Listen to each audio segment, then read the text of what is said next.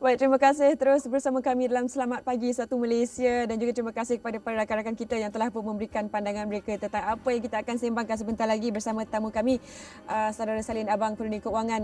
Kalau tadi kita dah cakapkan tentang hutang dengan Along dan juga isu kemampuan perumahan, kita juga nak ucapkan selamat pagi kepada Encik Salin. Bila dapat tahu, bila kita baca akhbar tajuk-tajuk akhbar sebegini, berbalik kepada persoalan apa sebenarnya dah jadi sekarang ni? Kenapa begitu sukar? Seolah-olah merancang tu macam merancang untuk gagal untuk merancang untuk gagal. Tetapi di mana sepatutnya? Sebab kalau kita kata nak buat perancangan bajet ataupun nak membuat perancangan keuangan kita, ramai yang tak suka buat sebab macam nampak macam tak ada duit. Macam alah bosannya ni tak boleh beli, itu tak boleh beli. Macam mana Encik Salin? Ya, bila macam ni kan? Okey, terima kasih kepada Selamat Pagi Malaysia. TV1 kena sudi menjemput saya pada pagi ni. Okey, macam soalan Zaleha tadi, saya rasa orang tak nak merancang sebab dia rasa macam katakan kekangan kepada dia untuk berbelanja.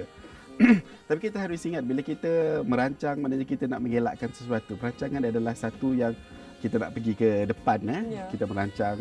Contohnya kalau kita gaji 3,000 katakan sekarang ni. So kita merancang berdasarkan kita punya limit. Apa yang limit yang kita ada dan kita tak nak at the end of the day, hujung bulan kita tak ada duit, tak cukup duit, kita meminjam sana dan sini. So ini masalah yang berlaku, yang biasa yang berlaku. Ini ada disebabkan salah satu daripada faktor dia sebab kita berbelanja berdasarkan anticipated income. Okey, income yang kita akan dapat tapi kita tak pasti income tu ada ke tak ada. Contohnya sekarang ni kita lihat kita dapat voucher rakyat Malaysia Satu Malaysia. Kita mau isi borang ni. Mau isi borang tapi kita dah pinjam kita punya kawan, saudara, mak bapak kita semua RM500. Oh, dah beli barang dah. Tapi bila kita dah dapat dia ada hantar borang, dia dapati kita tak layak pula. Tapi kita dah dapat RM500, kita dah hutang dah. Hutang dah ada ni. RM500. Macam tu juga bila kita rasa hujung tahun nanti kita akan dapat bonus katakan 1 bulan ataupun 2 bulan. Tapi kita dah siap-siap beli kereta dah ni. Okey, buat deposit beli kereta dan sebagainya. Tapi at the end of the ni, kerajaan tak bagi bonus pula. Syarikat pula tak mampu untuk bayar bonus. Dapat pula sekarang ni keadaan ekonomi mencabar. Yes. Kerana sekarang ekonomi mencabar. So bila yang keadaan macam tu, so kita automatically kita akan terhutang dekat situ. So ini akan berlarutan. So ini adalah satu faktor yang tak begitu baik juga. Okey. Ini sebab kita penting kita merancang kita punya perbelanjaan, apa yang sepatutnya dan apa yang tak sepatutnya. Bagaimana pula bila mereka yang tidak ada pendapatan tetap ataupun tidak ada pendapatan langsung, suri rumah misalnya, nak merancang tapi apa yang diberi oleh suami itulah dia. Jadi macam mana situasi mereka kalau dalam keadaan begitu sebab bukan duit sendiri ataupun bagi mereka yang freelance misalnya. Kalau ada kalau tak ada. Macam mana perancangan bagi mereka pula? Pasti lagi suka sebenarnya. Saya suka mengajak menerangkan macam mana kalau boleh kita sebagai individu kita kena faham basic perancangan keuangan ni. Kita kena tahu kita ada sendiri ada penyata untung dan rugi, penyata aliran tunai. Okey, penyata aliran tunai ni kalau kita dapat satu income, yang atasnya income, yang bawahnya adalah kos, adalah aliran yang ni. So kita akan dapat surplus ataupun deficit. Masalah kita bila kita bila kita berbelanja kita selalu terlebih. Bila kita tak merancang, yang kos kita tadi tu sama ada kita dapat 3,000, kita belanja 3,000, so kita tak ada ni. Maknanya sama tara. Dia punya ni income dengan dia punya perbelanjaan. So yang lebih teruk lagi, dia dapat 3,000 tapi dia belanja 4,000. So deficit tu adalah 1,000. So ini akan berlarutan. So contohnya kalau macam suri rumah dan juga orang-orang yang tidak berpendapatan tetap contohnya, ini adalah satu basic yang mereka kena tahu. Okay? Pendapatan minus dia punya perbelanjaan ataupun kos, kita akan dapat surplus ataupun deficit. So kita kena bergerak dalam region ini. Okay?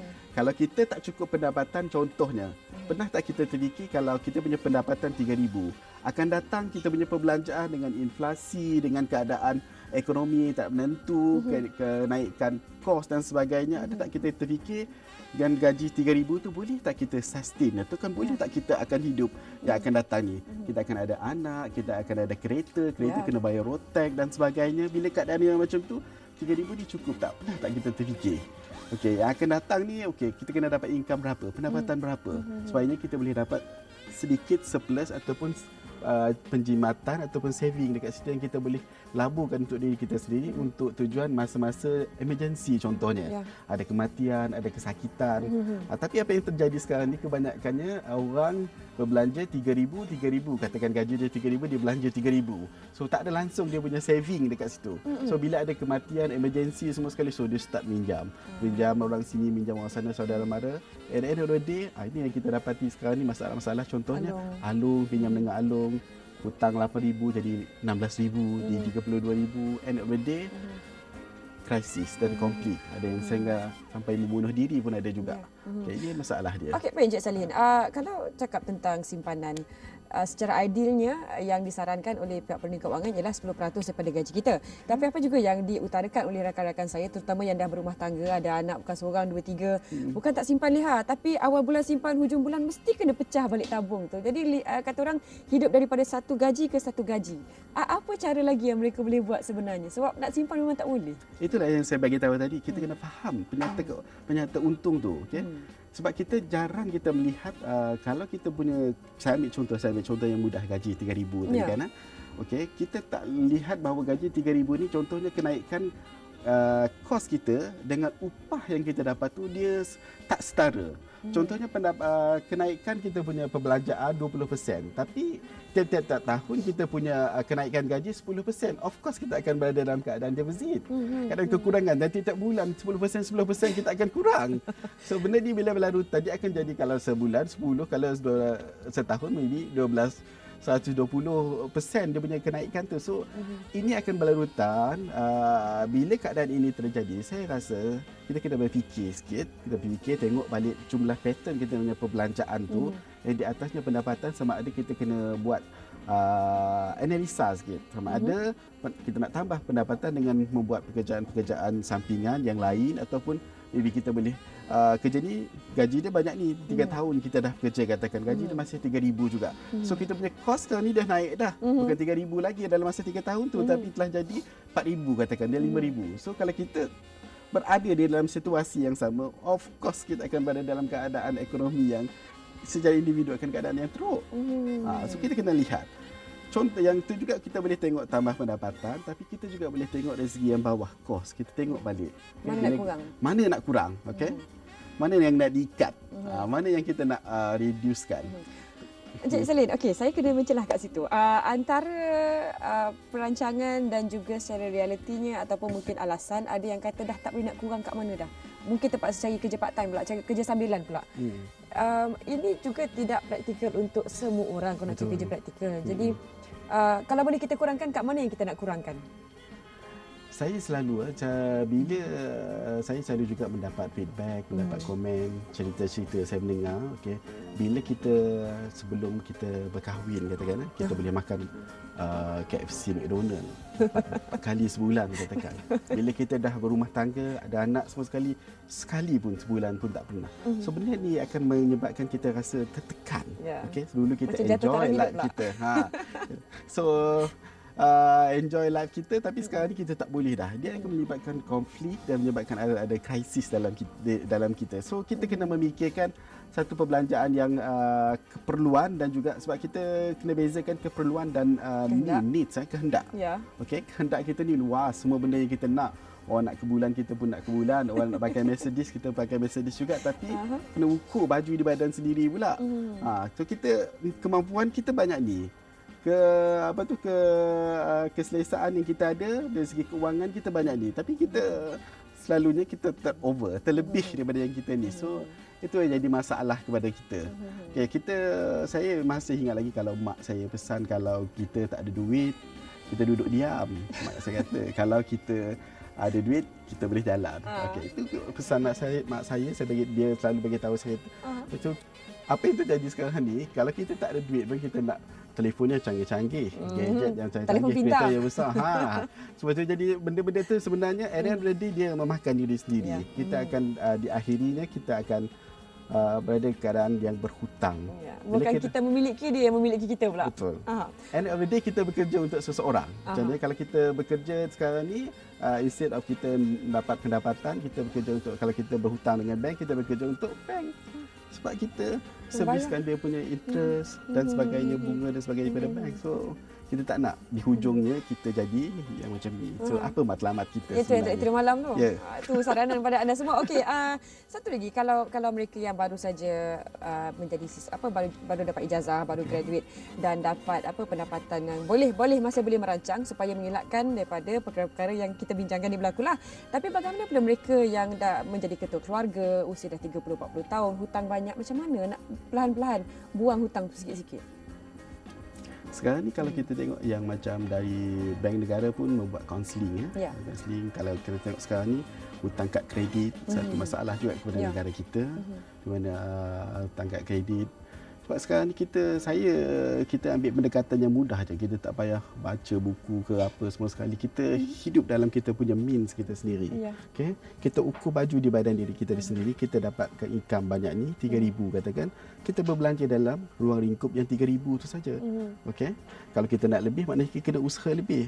Orang bekerja 8 jam, kita kena kerja katakan 14 jam, 16 jam supaya kita dapat menambahkan kita punya pendapatan. Tapi yang sebaliknya, kita yang masalahnya sekarang ni kita nak lebih terpengaruh. Okey, orang yang macam ni kita nak macam ni, tapi usaha kita takat-takat tu saja. Itu masalah. So kalau siswa Azhar, saya rasa kita yang baru keluar sekarang ni, kita tengok keadaan ekonomi semua sekali tak berapa okey. Kita tengok dekat US, dekat Europe pun tak berapa okey, dan kita pun di Malaysia masalah inflasi, tapi mungkin dah boleh terkawal sekarang ni masalah inflasi di Malaysia. Tapi ini yang menjadi asas kepada kita. Kalau kita nak berancang, kita tengok keadaan sekarang, ekonomi ramalan dia tak berapa okey untuk tahun yang akan datang, tapi kita still juga berbelanja. Tak ingat dunia orang kata. Okey, dan kalau apa yang kita boleh tips-tips yang kita boleh berikan kepada rakyat Malaysia kalau nak mengurangkan mungkin dari segi hiburan. Dan juga dari segi kos pengangkutan. Tapi secara realistiknya mana yang boleh dikurangkan, kalau sedikit-sedikit lah, yang boleh membantu kita untuk lebih bernafas sikit pada hujung bulan? Dia punya ni, itu adalah satu macam kita punya kos rumah, kereta, pengangkutan adalah kos yang tetap. Itu memang tak boleh ubah. Kita tak boleh ubah. Okey, kita tak boleh ubah kos yang ni, pengangkutan, makan, minum. Kita boleh, let's say, contoh katakan kita makan sarapan pagi RM3. Mungkin kita nak kurangkan jadi RM2. Kadang-kadang benda tu jadi tak realistik. Okey. So macam saya bagi tahu tadi, kalau benda tu dah fix dah, dari segi penyata kita punya aliran tunai, kita punya penyata untung tu, kita kena fikir balik macam mana kita nak tambahkan kita punya pendapatan. So, yang fix tu dah fix. Kita tak boleh kalau sekarang ni kalau kita naik bas katakan, takkan kita nak jalan kaki pula. So, benda tu dah fix dah. So, kita kena tengok bahagian yang atas pula. Dari segi pendapatan. So, kita kena tambahkan. Cari macam mana cara kita nak menambahkan kita punya pendapatan.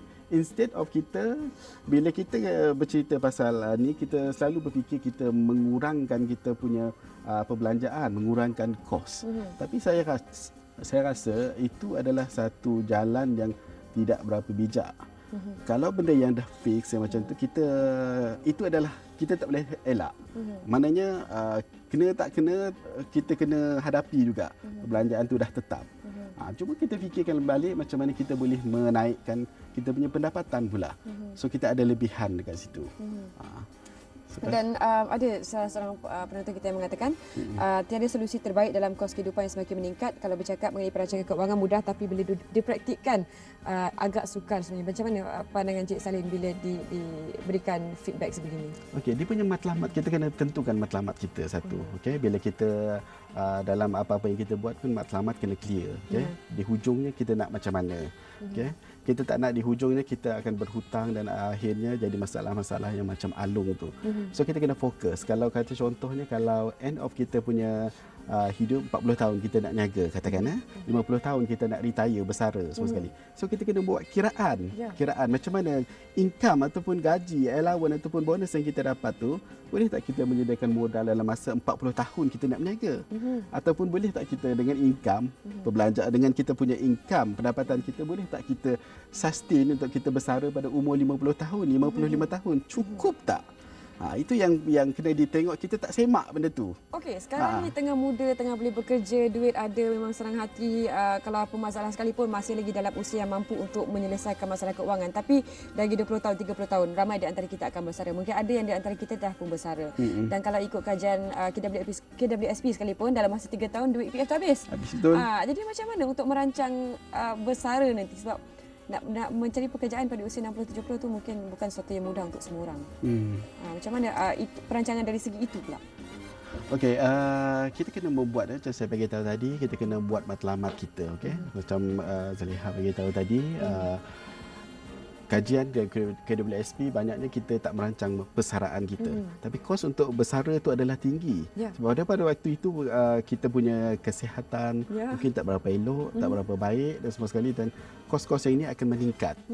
Okey, kat sini dari segi perancangan keuangan kita kena melihat dari segi mungkin dari segi protectionnya, insurans yang boleh kita ambil, yang kita boleh ambil, yang kita kena sekarang ni. Sebab bila kita dalam usia yang muda, sebab masalah kita dalam usia yang muda kita tak ambil insurans. Okey. Bila usia kita semakin meningkat, maknanya insurans tu dia punya premium semakin tinggi. So saya sarankan kalau dalam keadaan untuk salah satu daripada perancangan untuk persaraan, salah satu dari usia muda kita kena ada insurans. Insurans sebagai satu protection kepada kita punya aset dan juga kepada kita punya life kita sendiri. So itu penting. So sekarang ni matlamat juga penting kalau kita dah bersara. Kita tahu sebab sekarang ni mungkin kesedaran perancangan keuangan itu tak berapa tinggi lagi di Malaysia. So bila kita bersara kita hanya cukup duit banyak tu saja. Okey. So banyak duit dengan kos yang akan datang, inflation yang akan datang, dengan peningkatan kos kehidupan yang akan datang. So duit yang kita tu akan of course akan tak cukup.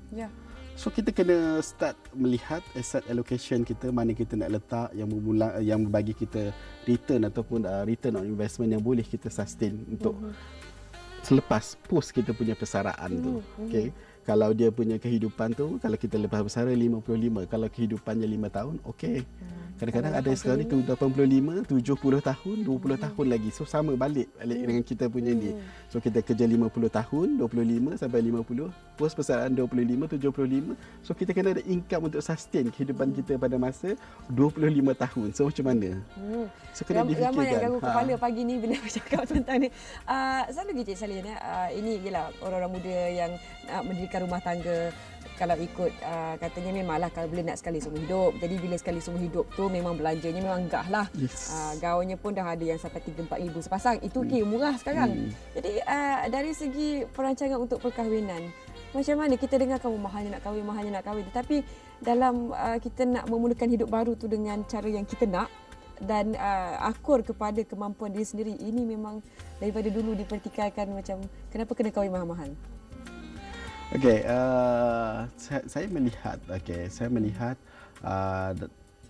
bila orang merancang ini di waktu perkahwinan melibatkan kos 50,000, 60,000 okey. Dan bila kita melihat adakah dia punya aliran tunai ataupun dia punya cash flow yang dia ada tu, boleh tak dia bayar balik yang tu. Sebab sekarang ni kita lihat dalam perkahwinan semua sekali post perkahwinan tu adalah masalah. Okay, kita tak boleh macam saya bagi tahu tadi, kehidupan kita dah jadi stuck dekat situ. Gaji kita 5,000 kita nak bayar rumah lagi. Kita nak ada isteri dah sekarang ni, kita nak ada anak sekarang ni. Dan kita ada saraan hidup yang bertambah. Tapi kita punya income level kita masih pada tahap yang sama. So harus berbuat sesuatu, harus dikira balik, dikaji dan macam mana kita nak tambahkan tu kena duduk balik. Okay? Sebab masalah sekarang ni adalah yang saya nampak masalah post perkahwinan. Macam student pula, macam di universiti juga post. Bila yang malangnya kita di Malaysia ni, bila kita university student dia bila graduate je bukan saja dia terima scroll, tetapi dia juga terima hutang daripada PTPTN yang dia kena bayar. Itu yang masalah. Perkahwinan pun masalah, yang hutang PTPTN pun satu masalah juga. Sebab waktu saya dulu mungkin kita dapat sekolah, sekarang ni pinjaman. So sekarang ni keluar universiti, keluar belajar semua sekali kita telah dapat 2 scroll sekarang ni. Satu scroll tu satu scroll daripada PTPN yang kita kena bayar. So dia menambah lagi bila dalam kita punya ni dalam keuangan dari segi perkahwinan, kos perkahwinan, kos yang ni yang kita kena serve. Yang ini kena tengok betul-betul. Tapi secara realistiknya berbalik pada sikap dan juga sedar diri dengan kemampuan. Itu saya bagi tahu dalam merancang keuangan, dalam kita punya berbelanja, saya rasa kita kena ukur baju di badan sendiri. Okey? Penting. Kalau kita berbelanja beyond kita punya means, beyond kita punya apa yang kita ada, tu jadi yang masalah dia. Apa-apa yang kita buat pun sekalipun, kalau dia terlebih dia punya tu, end of the day dia akan menyusahkan, menyebabkan konflik, krisis kepada kita. So kita tak happy dengan kehidupan kita sebab kita dibebani hutang. Okey, soalan terakhir untuk Cik Salihin pagi ni. Kita baru cakap tentang isu pemilikan rumah dan kalau boleh kita nakkan rumah di kawasan yang kita nak. Tapi masalahnya kalau rumah tu mahal, kita ambil kawasan yang jauh daripada bandar, balik pada kos tol dengan minyak yang mahal. Jadi bagaimana nasihat untuk orang-orang muda ni? Haruskah mereka beli rumah yang jauh daripada kawasan tempat kerja ataupun simpan dulu, kemudian beli rumah yang bila mereka nak, bila mereka mampu, tapi nak menyampaikan waktu mereka mampu tu rumah tu dah naik berapa ratus ribu dah. Jadi macam mana situasi untuk orang-orang kita yang nak beli rumah sekarang ni? Sebab kita selalu berfikir kalau kita tak beli rumah tu, rumah ni akan naik harga dia. Okey, lepas tu kalau kita nak beli kawasan ni, kawasan yang jauh pula, dia punya kos pengangkutan dia. Stres lagi jam. Stres lagi jam semua sekali kan. So saya berpendapat benda ni kena dibuat kiraan lah. Kiraan kita kena balance kan, tengok macam mana dari segi income kita, dari segi kita jangan terburu-buru untuk membuat investment sebab kalau kita membeli rumah ataupun membuat aset investment ni adalah satu benda yang agak besar juga. Okay, dari segi kemampuan aliran tunai kita kena tengok balik. Kena check balik sama ada kita mampu ke tak mampu. And then already kita tak nak.